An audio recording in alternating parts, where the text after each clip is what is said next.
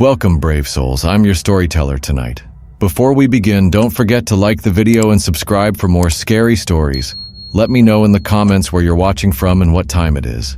And if there's a story you'd like to hear next, I love to know. When I was 9 years old, I came home from school one day to find my mom and grandpa sitting at the kitchen table. They had bad news for me. My dad had gone missing. He had gone on a weekend hunting trip with my uncle. They were about half a mile into the woods near a place called Keta when my dad realized he forgot his grunter in the truck. A grunter is like a duck whistle, but it sounds like a deer's call. He told Uncle Mark to wait while he walked back to the truck, but he never came back. Uncle Mark said he waited about 20 to 30 minutes, then got worried and went back to the truck, but my dad wasn't there. That night, Uncle Mark called for help. Every sheriff's deputy from McDowell County came up into the hills to look for him. The search lasted 2 weeks, but no one found a single trace. Eventually, they had to stop looking. Even after the search ended, my mom never gave up. She kept my dad's name on the missing persons list for years. The whole family helped pay for a private investigator. He was a retired police officer from Charleston, and he worked hard, but he couldn't find anything new, except for one thing. He believed my dad may have walked too far and fallen into an old mine shaft near a place called Cucumber. These mine shafts were deep holes in the ground from old mining operations. Some had been searched by expert teams. Others were too dangerous to enter, so search dogs were sent in. Still, no sign of my dad was ever found. But the investigator also found something strange. In one of the mine shafts, there was graffiti, symbols and markings that didn't look normal. He thought maybe some local teens had used the mine as a hangout. Maybe they saw something or knew something, but he couldn't find any of them to ask. Uncle Mark helped as much as he could, but losing my dad hit him hard. People told him it wasn't his fault and he had done everything he could. Still, he was never the same after that. I didn't know all the details when I was a kid, but over the years, I learned everything. My mom finally declared my dad legally dead. It was hard for all of us. When I was 22, my sister had gone off to college and I was working full-time in a repair shop. I hadn't seen Uncle Mark in years. He sent birthday cards and would call Mom around the time my dad went missing. But that was about it. Until one day, Mom told me he called and wanted to talk to me. I drove out to his place near Filbert. I had been worried that he might be broken down or drinking too much, but when I saw him, he looked good, clear-headed and healthy. We sat, talked, shared sandwiches and beer, and slowly the conversation drifted to my dad. Then, out of nowhere, Uncle Lee asked if I wanted to go with him to the place where my dad had disappeared. He said he'd been there a few times. It didn't help him find anything, but it helped him feel a little better. At first, I didn't want to go. I thought it would be too painful. But over time, I started to think it might give me some closure too. After a few months, I told Uncle Mark I was ready. We planned a hike into the hills near Keta on a Saturday morning in May. We brought some beer and food and tried to treat it like a regular hike. I was nervous at first, but once we got walking, I saw that the woods weren't as scary as I remembered. We hiked for a while, then stopped at a creek to rest. That's when I thought we were halfway and ready to head back. But Uncle Mark had something else in mind. He wanted to show me the exact place where my dad was last seen. We walked a little further and came to a rocky cliff that looked over the old mines. That's when Uncle Mark told me something he had never told anyone else, not even my mom. He said the last time he saw my dad, he wasn't just walking back to the truck. He had seen him walking into one of those old mine shafts. Uncle Mark had chased after him, ran into the mine with a flashlight. But my dad was gone. The place felt strange, he said. Creepy. There was no graffiti like the investigator mentioned, but something about the tunnel gave him a very bad feeling. That moment haunted Uncle Mark for years. I thanked him for being honest, even though it was hard to hear. Then he asked if I wanted to go down to the mine shaft with him. He said visiting helped him feel less pain. I thought about it. We were already there, so I agreed. We walked carefully down the slope. The entrance to the mine looked like a jagged mouth. Warning signs were posted everywhere. Danger, stay out. Inside, the mine was cold and dark. I had a tiny flashlight on my keychain. It barely lit anything, but I still stepped inside. Uncle Mark stayed near the entrance. I walked in slowly, shining my flashlight. Then I turned around to check on him and saw something that chilled me to my bones. He was holding a gun. His hand was shaking. I wanted to believe it was for protection, but he didn't say anything. He didn't move, and I knew I wasn't safe. I turned and ran deeper into the tunnel. Gunshots echoed behind me. The sound exploded in the narrow walls. I felt a bullet fly past me. I turned off my flashlight so he couldn't aim at me. I ran blindly, my heart pounding. I saw a bullet hit something and light up the tunnel for a split second, just enough to show me 3 paths ahead. I chose one and ran as fast as I could. Once I was sure he couldn't see me, I turned my flashlight back on and looked for a place to hide. I found a small chamber off the tunnel and tucked myself into a corner. I could hear my own breathing. I was terrified. My ears were ringing from the shots. I thought I was trapped. Then I heard his footsteps. He was calling my name, telling me to come out, not to talk, not to explain, just telling me that he was going to find me. I stayed perfectly still. Then his voice changed. He said a name, not my name. He said John, my dad's name. That's when I knew. He wasn't hunting me. He thought I was my dad.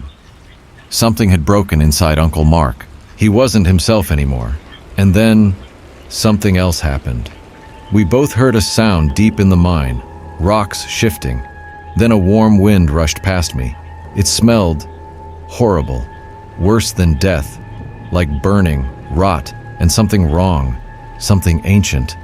Then I heard Mark yelling again. He said, "He's here, I brought him, I did what you asked." He kept screaming. His voice turned from shouting into something like pain, real, awful pain. I used that chance to run. I didn't stop. I ran until I saw daylight.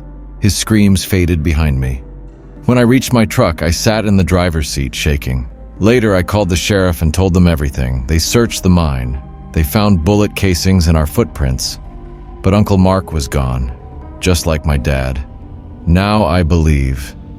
There's something in those mines, something dark, something that took my dad. And maybe took Uncle Lee too. The experts said it was just gas, something that made him confused, made him attack me. But I know what I saw, and I know what I heard. There's something out there, deep in the Appalachian Mountains, that's better left alone. I had lived in a remote part of the Appalachians. Cell phone service was almost non-existent at my house, and if I needed the internet, I had to drive 30 minutes to the local library. Despite the isolation, I had always thought of it as a peaceful and safe place to live. With so few people around, there wasn't anyone to commit crimes anyway. To me, home was a vast stretch of green hills. In the fall, the trees turned into a wild display of reds, oranges, and yellows, like the glowing embers of a dying campfire. But I never imagined that something so beautiful could hide something so terrifying. Until last night. I was a senior pre-med student with a busy schedule. I spent endless hours in labs and classes, then came home to more stress, trying to get into medical school. I was always on edge. When I noticed an opening in my calendar, I knew I needed a break. I wanted to go back to the mountains, the place that had shaped who I was. Luckily, my girlfriend of 2 years also had a free weekend. I felt excited about finally sharing my home with her. We drove to the mountains late Friday afternoon with the windows down, breathing in the crisp fall air. After about an hour, we reached the mountain I had grown up on. It was one of the biggest in the area. Its wide, sloping base led up to a rocky ridge that ran across the horizon like a spine.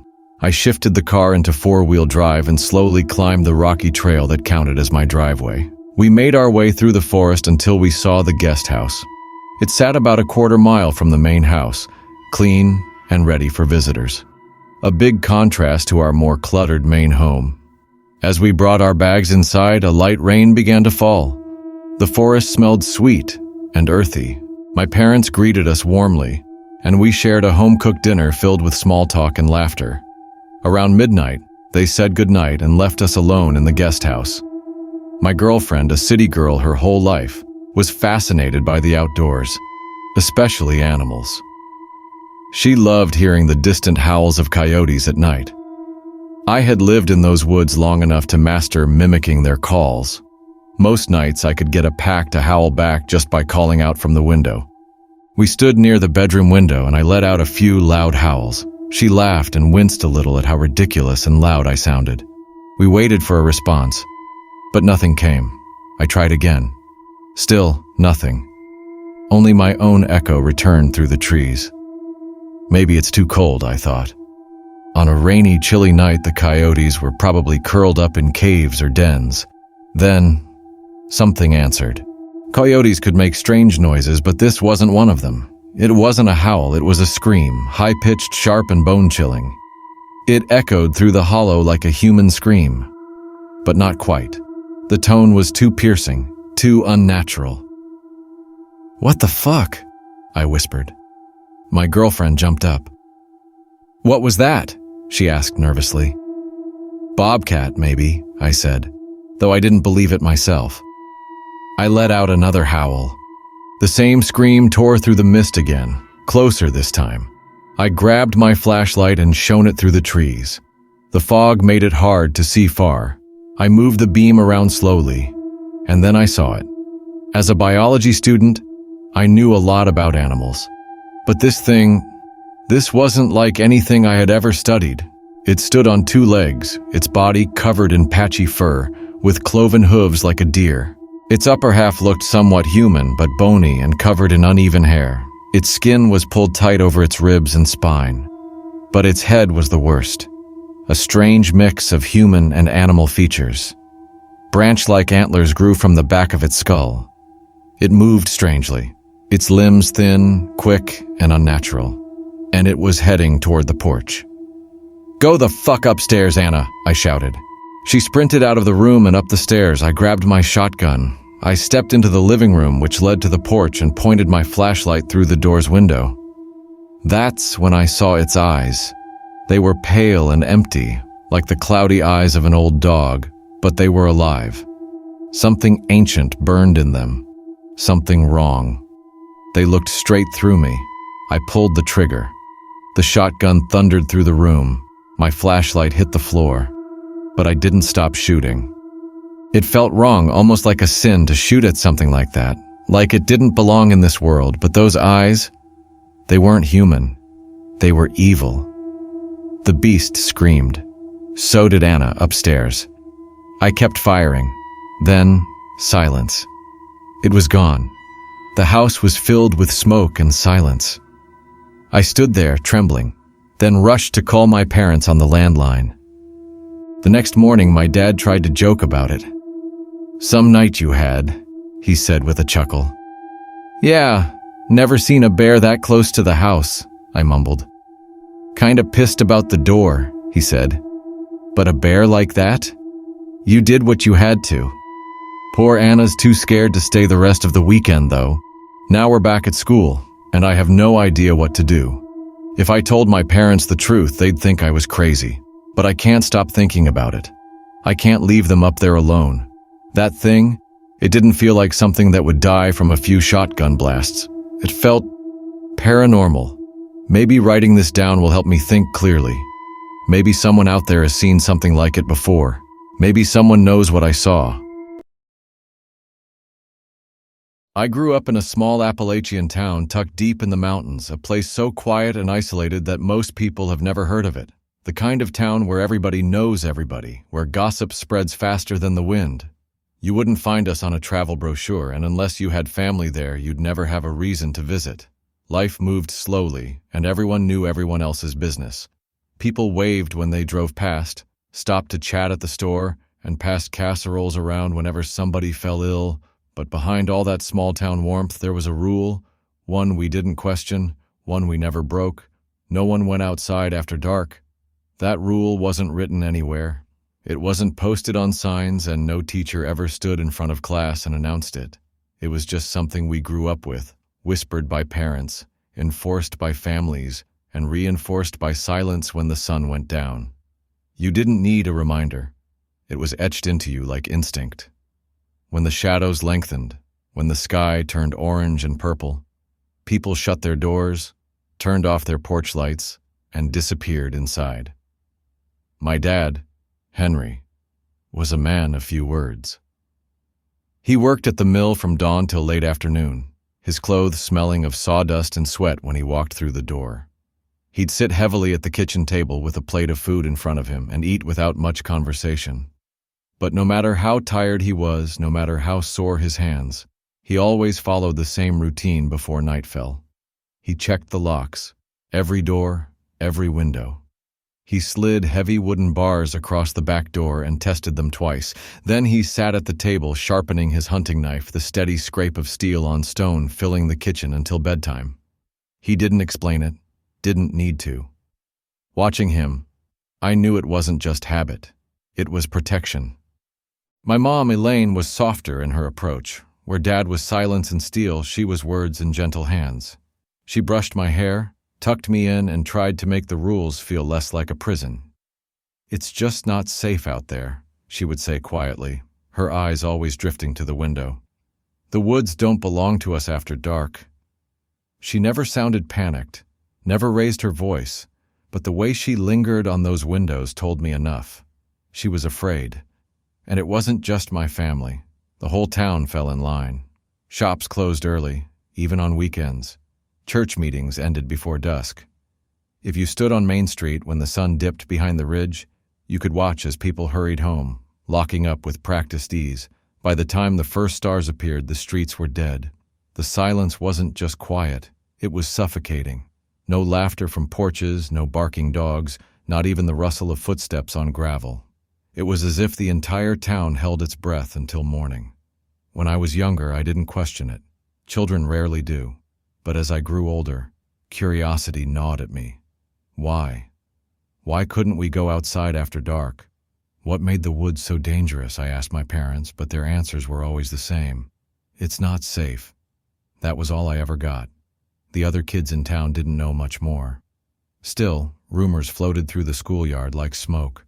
Some swore they'd heard voices at night whispering just outside their windows. Others claimed they'd seen shapes moving in the tree line, long and thin, slipping between the trees when the moon was bright. No one ever had proof, but the stories clung to us anyway, creeping into our games, seeping into our nightmares. By the time I turned 12, those unanswered questions felt unbearable. I wanted to know. I wanted to see for myself.